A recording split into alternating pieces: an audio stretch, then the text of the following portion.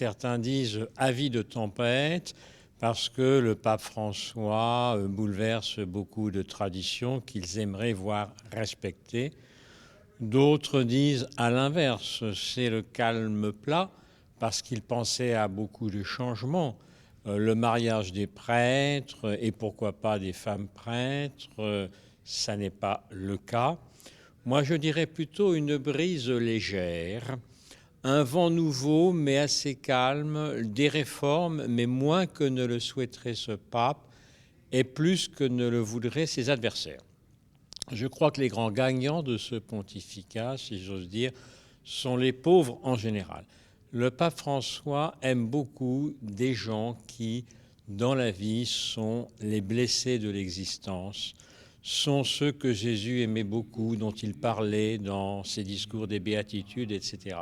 Je pense que le pape François correspond à une demande de nouveauté de la part des cardinaux qui l'ont élu, de la part de beaucoup de catholiques aussi. On voit également qu'il y a des gens qui veulent quand même un catholicisme traditionnel. Et d'une certaine façon, si le pape François a un langage très cru, c'est peut-être parce qu'il parle plus qu'il n'agit, dans la mesure où personne ne peut l'empêcher de parler, mais on peut l'empêcher d'agir. Le pape Jean XXIII disait au Vatican, il y a 12 personnes au-dessus de moi, il parlait des cardinaux, il n'avait sans doute pas tort.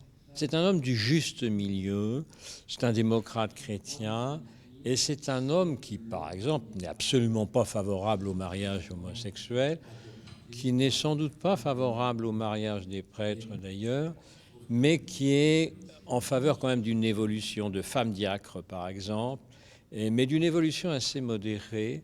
Et ça, on ne l'a pas compris. On l'a voulu, dès le début, en faire un révolutionnaire qu'il n'est pas. Beaucoup l'ont adoré, surtout en dehors de l'Église catholique, car il y a des catholiques qui pensent qu'il est illégitime et que le pape Benoît XVI n'aurait pas dû renoncer, et que donc son élection peut être remise en cause. Mais son pontificat a l'air un peu plus long qu'on ne le prévoyait. Comme il nomme beaucoup de cardinaux en ce moment, peut-être le prochain conclave essaiera d'élire un pape qui prolonge son action, mais ce n'est pas certain.